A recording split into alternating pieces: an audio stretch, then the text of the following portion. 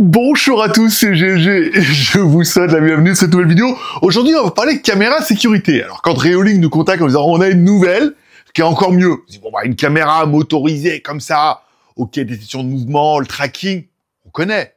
Mais quand ils nous disent que oui, mais il y a une batterie intégrée qui est 4 fois plus grosse que les anciennes, donc ça permet de la garder beaucoup plus longtemps. On se dit ah ouais, là c'est pas mal. Mais en plus, on a également un petit panneau solaire qui permet de recharger la caméra la journée. Et on verra qu'elle charge plus que tu consommes dans la journée.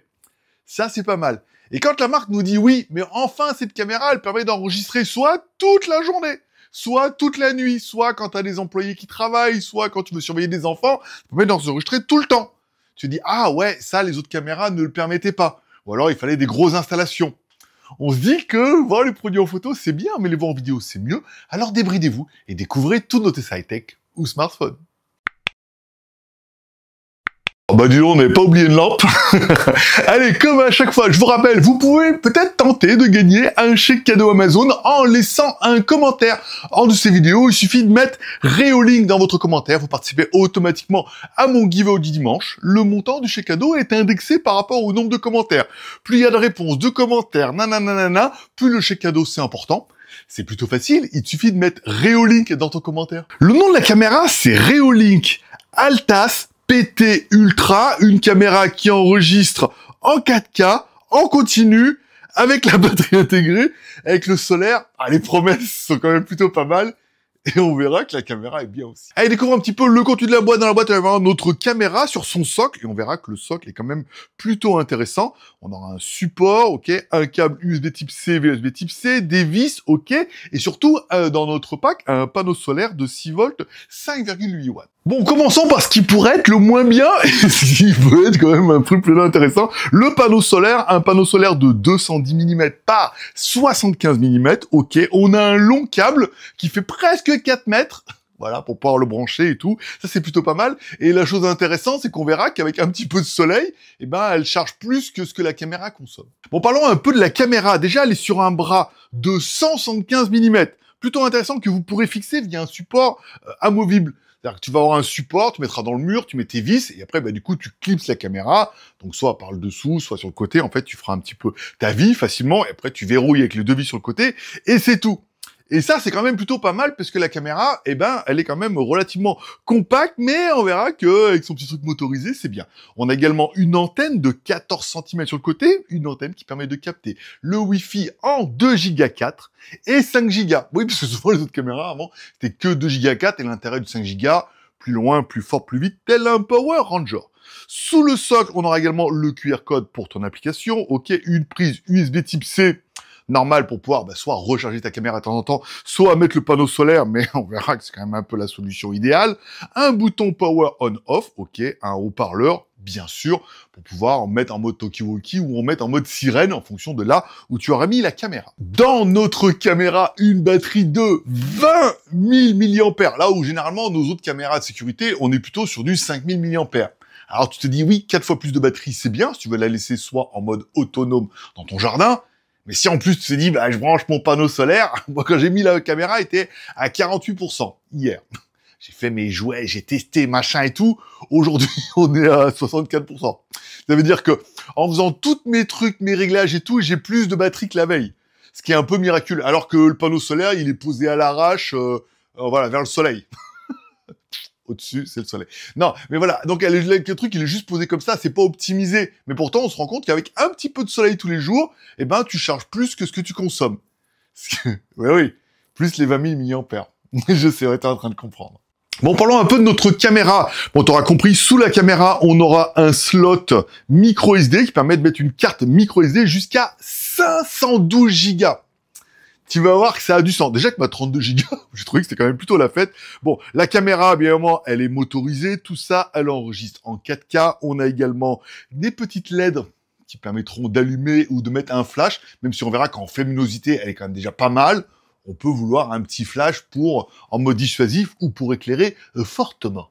Bon, revenons un petit peu sur le stockage. Vous pourrez donc stocker soit sur la carte SD, soit sur un hub. Alors, il existe apparemment chez Reolink un Home Hub qui permet de stocker directement en local, ou quoi. évidemment, si tu veux stocker ici. Également, on a possibilité de mettre le cloud, mais évidemment, donc là, il faut payer. Et comme c'est cloud, bah, qui gère un peu ton truc. Non, le cloud, les nuages. Voilà. Bah, il faudra payer un petit abonnement, mais ça permet d'avoir les trucs en ligne. Voilà. Ça permet de sécuriser un petit peu le dossier, parce qu'on dit, oui, mais à la maison, ils vont enlever les cartes mémoire, nanana. Non, mais après, on est plus sur du homejacking que sur de la caméra de sécurité. Bon, bien évidemment, tout ça ne serait rien sans l'application Reolink. Bon, quand on allume notre caméra, on a accès soit à la caméra, soit au cloud, soit aux fonctions IoT. Pas mal, donc ça permettra de mettre en pause la caméra, si jamais tu veux qu'elle arrête de détecter pendant que tu es à la maison et que ça arrête pas. La possibilité d'activer ou désactiver le micro, de prendre une photo si tu es en temps réel, tu te dis, ah, tiens, j'ai vu le chat. Voilà, tu veux prendre en photo le chat. Tu dis, ah, ben non, je vais faire une vidéo du chat pour la mettre sur YouTube. Bien évidemment, tu pourras prendre une vidéo. Tu pourras régler un petit peu le niveau de la qualité, soit en normal, soit poussé jusqu'en 4K. Oui, s'il te plaît, monsieur. Et après, tu pourras mettre le truc en plein écran, ce qui permettra aussi d'activer le petit curseur et tout, pour pouvoir naviguer sur la caméra. Ça, c'est vraiment bien. Bon, là, normalement, vous devez voir, j'ai mis la caméra en détection de personne. Alors, il ne faut pas se mettre à 3 cm de la caméra. Il faut être un peu loin. J'ai allumé l'eau et tout pour que vous puissiez entendre, voilà, qu'est-ce qui se passe. Qu'est-ce qui se passe bon, pour l'instant, voilà, donc la caméra me suit.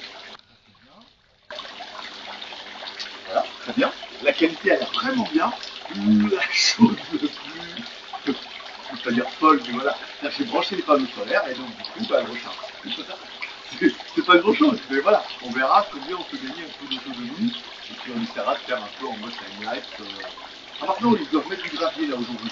Donc du coup, on permettra de voir un peu, pendant qu'ils sont là, on mettra en mode en production, par exemple. Bon, ensuite, en dessous de la caméra, je vais le faire directement, ça m'évitera de me tromper. Ici, on a la fonction parler, ce qui vous permettra, vous voyez, par exemple, de parler, on mettait autorisé, vous permettra de parler un petit peu à la caméra. Et là, on entendra ce qui se passe. Par exemple, si vous avez votre facteur qui vient de passer, vous pouvez dire de laisser le colis dessus. C'est bon, tu arrêtes maintenant. Voilà, ok. La fonction PTZ, encore une fois, vous avez compris. Alors, il y a une chose intéressante, c'est que vous allez pouvoir commander votre caméra à distance. Bon, ça, jusque-là, vous allez me dire rien d'exceptionnel. En bougeant le curseur, par exemple, ici. Ok. Chose qui est plutôt pas mal, c'est qu'on peut régler la vitesse. Parce qu'en fait, on a pas mal de caméras où on se rend compte que, bah, souvent, c'est un peu lent. Vous voyez, là, on peut régler la vitesse et ça peut aller vachement vite. Ou alors, tu dis, voilà, moi, je suis plutôt un mec, je suis plutôt quelqu'un de sensible et je préfère aller doucement. Voilà. Pour scroller. Ça peut être plutôt intéressant et ça c'est une fonction par exemple que j'aime bien. Et enfin la fonction lecture qui vous permettra de voir un petit peu tous les fichiers que vous avez enregistrés.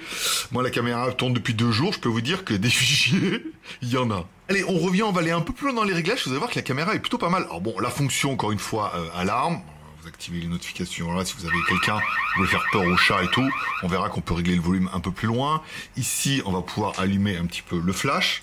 Pour le mode nuit, et après on retrouvera là, ici, pour nous les réglages, le mode pré-enregistrement. Ah, ça c'est une fonction qui est quand même plutôt pas mal, ça veut dire que ça va enregistrer 10 secondes avant. Alors vous allez me dire comment c'est possible.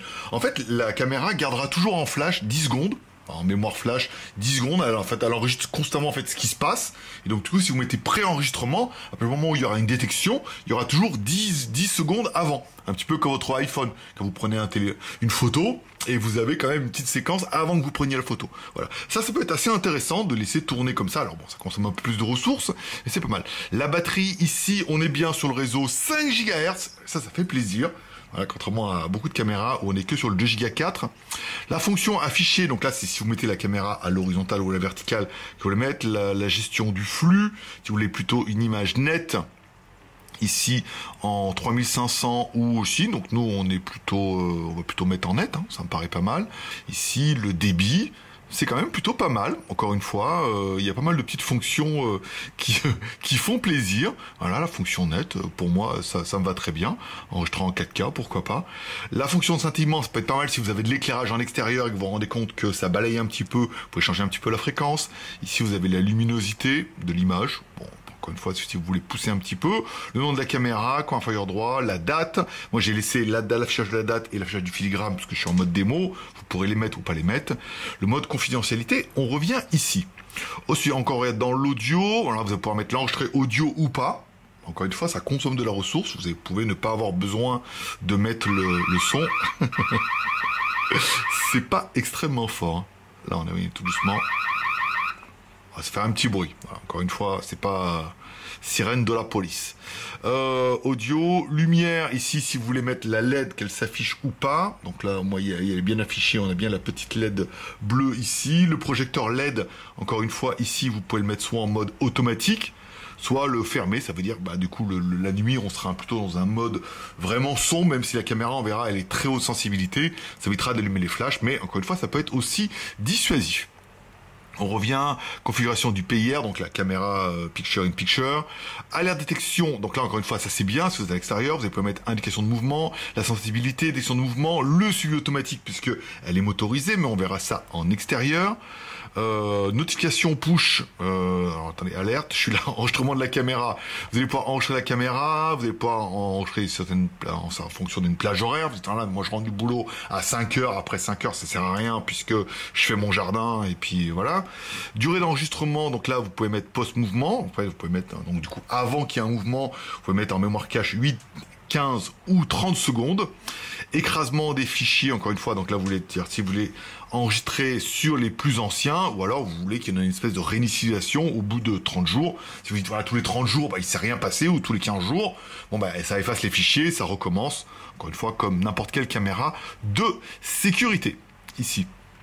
Notification push, donc ça on l'a vu, nous on a mis uniquement, moi j'ai mis uniquement via le push via le téléphone, hein, vous pouvez mettre par email, alerte critique encore une fois, alerte sonnerie notification, vous pouvez mettre encore une fois les horaires, bon c'est pas mal, le FTP donc moi j'ai mis non, hein, je mets directement dessus, la sirène vous pouvez mettre activer la sirène ou pas, encore une fois on n'est pas là pour faire trop de bruit, et enfin un des modes qui va être plutôt très intéressant, c'est une des particularités de cette caméra, c'est l'enregistrement, je vais pas dire 24 heures sur 24, mais vous pouvez dire voilà, de telle heure à telle heure, par exemple de 8 heures du matin à 8 heures du soir, ou par exemple de 8 heures du soir à 8 heures du matin, je veux que tu enregistres en mode time-lapse, ça veut dire que la caméra enregistrera toujours, en fait, alors je n'aurai pas vraiment une vidéo, mais elle fera beaucoup de photos, ce qui permettra d'avoir une vidéo à la fin, et qui permettra d'avoir une vidéo time-lapse, et ça c'est vraiment pas mal, encore une fois. Voilà, donc après on laissera, on le mettra là. Nuage en mouvement, lever du soleil, coucher du soleil, construction. Si vous êtes en train de, par exemple, faire construire quelque chose, hein, vous êtes jejol, vous êtes en train de faire construire votre maison, vous mettez en construction, donc là du coup, pendant la journée, ça prendra un timelapse, permettra de surveiller un peu les gens qui se passent. Épanouissement, donc là on est plutôt dans un mode fête, et si vous voulez personnaliser directement ça, là c'est vraiment pas mal. Voilà, lever du soleil, coucher du soleil. Ah, j'aime beaucoup cette fonction-là, je suis impatient de la tester. Donc déjà, ce qu'on peut voir, c'est quand on met la caméra et si on met enregistrer avant qu'il se passe quelque chose, on aura toujours deux fichiers. C'est-à-dire que la caméra aura toujours une espèce d'enregistrement en mémoire, hein, dans sa mémoire flash. Et quand tu vas dire, quand elle va détecter quelque chose, elle va prendre soit les 8 secondes, soit les 15 secondes avant. Et ça te fera un fichier, en fait, qui sera directement dans la caméra. Parce que quand tu vas regarder dans ton application, tu verras bien, tu dis, ah oui, il y a un petit fichier de, bah, pour moi, j'ai mis 8 secondes. Avant qu'il y ait la détection, et ensuite quand il y a la détection, on a l'enregistrement que tu pourras planifier directement via l'application. Et ça c'est vrai que c'est quand même plutôt pas mal. Bon, enregistrement en temps réel, enfin pas en temps réel, mais enregistrement en continu, c'est une des promesses. On se dit oui, mais alors tu peux pas enregistrer en continu en 4K, H24. Alors ils se sont dit pourquoi ne pas faire du time-lapse? Le time-lapse c'est quoi? C'est une photo toutes les minutes ou toutes les 20 secondes, en fonction de comment tu vas le planifier. On va mettre une photo toutes les 20 secondes. Ça met les photos, ça les met à la queue leu-leu, et c'est ce qu'on voit beaucoup des fois dans les films. Vous savez, ils font des avances rapides, et en fait, on a image par image, encore une fois, ça permet d'enregistrer H24. La chose bien dans notre test, c'est qu'on pourra mettre soit planifier que la journée, soit planifier que la nuit, soit tu dis, moi, je veux que le lever du soleil, soit le coucher du soleil, soit uniquement quand les employés travaillent. Alors moi, ça a pas marché parce que j'ai merdé dans mes trucs et tout. Voilà. Donc je me suis dit, comme après, il fallait que je mette des dalles et tout, l'employé qui travaille, c'est moi. Voilà. Au moins, libre de droit, j'ai signé le papier, on peut diffuser mes images, voilà.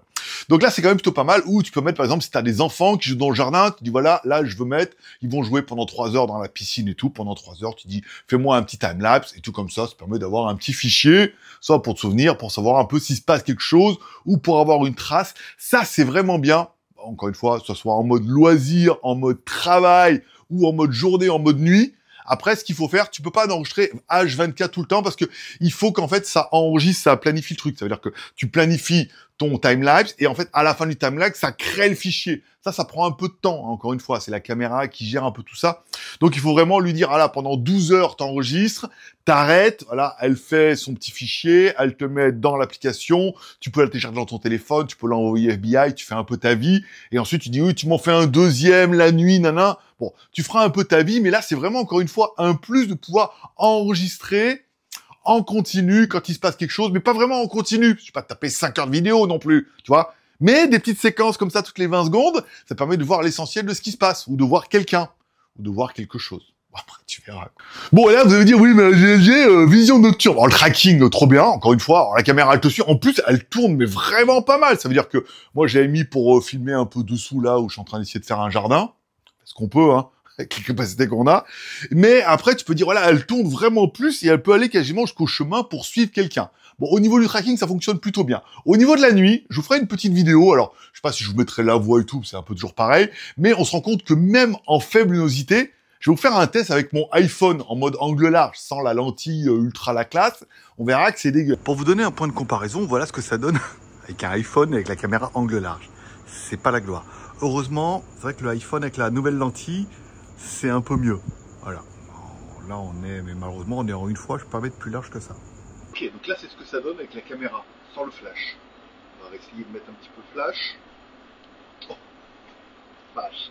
Voilà, là, c'est avec le flash, le phare. On va éteindre le flash. Là, on est bien. Après, on aura vu qu'avec la nouvelle lentille iPhone de faible luminosité, c'est quand même mieux. Et ben, on se rend compte qu'avec notre caméra Reolink, et ben, nuit sans lumière, bah, c'est quand même plutôt bien aussi. On voit quand même super bien, même avec vraiment un faible éclairage. Et en plus, alors, du coup, si en plus tu veux allumer le flash, qui peut avoir un petit côté dissuasif, encore une fois, s'il y a quelqu'un qui rentre chez toi et que la caméra, du coup, lui met le flash, il dit, ah, il se passe quelque chose, il voit la LED, c'est vraiment 20 ou 30% déjà dissuasif, même pour un animal. Encore une fois, parce qu'en plus, tu peux régler dans l'application, on aura vu, soit tu mets un humain, soit tu mets un animal, soit tu mets un véhicule, tu peux mettre la taille, tu peux mettre la sensibilité, là, tu peux vraiment aller loin dans les réglages, tu peux mettre la zone et tout, là où tu veux détecter. C'est trop bien. Donc moi, dans les points positifs, j'aurais mis quoi? L'enregistrement en 4K UHD.